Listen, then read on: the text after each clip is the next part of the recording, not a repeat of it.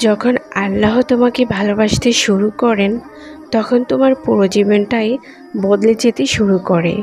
তোমার অভ্যাসগুলো বদলাতে থাকে, তোমার অন্তর নরম হয়ে যায়, তোমার আত্মা এমন কিছু কামনা করতে শুরু করে যা আল্লাহকে সন্তুষ্ট করে, এবং তুমি সেটা অনুভব করো উপায়ে সবচেয়ে অপ্রত্যাশিত। আল্লাহ একটি হাদিস কুদসিতে বলেন, আমার বান্দা আমার উপর যে ফরজ ইবাদতগুলো পালন করে তার চেয়ে প্রিয় কোনো কিছু আমার কাছে নেই। দৈনন্দিন নামাজ, রমজানে রোজা রাখা, জাকাত প্রদান এগুলো কেবল নিয়ম নয়, বরং এগুলো আল্লাহর দয়ার নিদর্শন। তিনি নিজেই এই রক্ষা কবচগুলো তৈরি করেছেন যাতে তুমি শয়তানের কাছে হারিয়ে না যাও। কিন্তু এখানে আরও এক অপার সৌন্দর্য রয়েছে। যখন তুমি ফরজের বাইরেও কিছু করো, যেমন নফল নামাজ, গোপনে দান, কারো পাশে দাঁড়ানো, ভালোবাসা দিয়ে পরিবারকে খাওয়ানো, রাগের মুহূর্তেও কোমলভাবে কথা বলা, এসব ছোট ছোট কাজ হলেও কিন্তু আল্লাহর দৃষ্টিতে বিশাল। আর যখন তুমি ক্রমাগত তার দিকে এগিয়ে যাও, তখন আল্লাহর ভালোবাসা তোমাকে বদলে দেয়। তোমার কান গীবত বা বাজে কথায় আগ্রহ হারায় এবং কোরআন ও সত্য শান্তি খুঁজে পায়। তোমার চোখ হারাম থেকে ফিরে যায়, তুমি সৌন্দর্য খুঁজে পাও সেখানে যেখানে আল্লাহ চাইছেন। তোমার হাত আর হারাম ছুঁয়েও না, বরং তা দান, সেবা ও সান্ত্বনার জন্য ব্যবহৃত হয়। তোমার পা তোমাকে নিয়ে যায় জিকির, নামাজ ও শান্তির স্থানে, এবং এরপর আসে চরম নৈকট্য।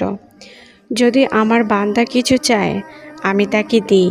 যদি সে আমার আশ্রয় চায়, আমি তাকে রক্ষা করি। ভাবো তো, যদি তুমি আল্লাহর এত কাছেও হয়ে যাও, যেখানে তোমার জীবনই তার ভালোবাসার প্রতিচ্ছবি হয়ে দাঁড়ায়, তোমার আত্মা তার রহমতে আবৃত থাকে, তোমার হৃদয় শুধুই তার জন্য ধ্বনিত হয়, আরও তিনিও সাড়া দেন সেই ডাকে। আল্লাহ যেন আমাদের সেই সব প্রিয় বান্দাদের অন্তর্ভুক্ত করেন যাদের তিনি ভালোবাসেন। আমিন। আল্লাহর রহমত এবং ভালোবাসা ছাড়া আপনি কখনোই দ্বীনের পথে ফিরে আসতে পারবেন না, হেদায়েতের পথে ফিরে আসতে পারবেন না। আল্লাহ না চাইলে আপনি কখনোই আপনার অন্তরকে নূর দ্বারা আলোকিত করতে পারবেন না। হাজারো চেষ্টা করে আপনি ভালো পথে আসতে পারবেন না যদি না আল্লাহ আপনাকে সাহায্য করেন। হেদায়েত আল্লাহর বড় একটি নেয়ামত। আল্লাহ সেই সব বান্দাদেরকে এই নেয়ামত দান করেন যেসব বান্দাদেরকে আল্লাহ ভালোবাসতে শুরু করেন।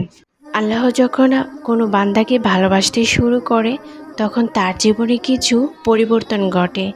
ঘন ঘন আপনার জীবনে দুঃখ আসবে, কষ্ট আসবে, কাছের মানুষগুলো আপনার থেকে দূরে সরে যাবে। এই সময় আপনি ভাববেন না যে আল্লাহ আপনাকে ভালোবাসেন না, বরং আল্লাহ আপনার জীবন থেকে সেই সব মানুষকে দূরে নিয়ে যায় যা আপনার জীবনে ক্ষতিকারক হতে পারে। আমাদের কিছু গভীর সম্পর্কেও নষ্ট হয়ে যায়, একে অপর থেকে দূরে সরে যায়। হয়তো আমরা তখন ভেঙে পড়ি, কিন্তু আমরা জানি না এটা আল্লাহর ইচ্ছা। কারণ আল্লাহ চান আপনার জীবন থেকে সমস্ত খারাপ কিছু দূরে সরে যাক। আল্লাহ কখনোই তার বান্দাদের কষ্ট দিতে চান না, বরং তিনি চান তার বান্দাদের অন্তর পরিশুদ্ধ হোক, আল্লাহর দিকে গভীরভাবে ফিরে আসুক।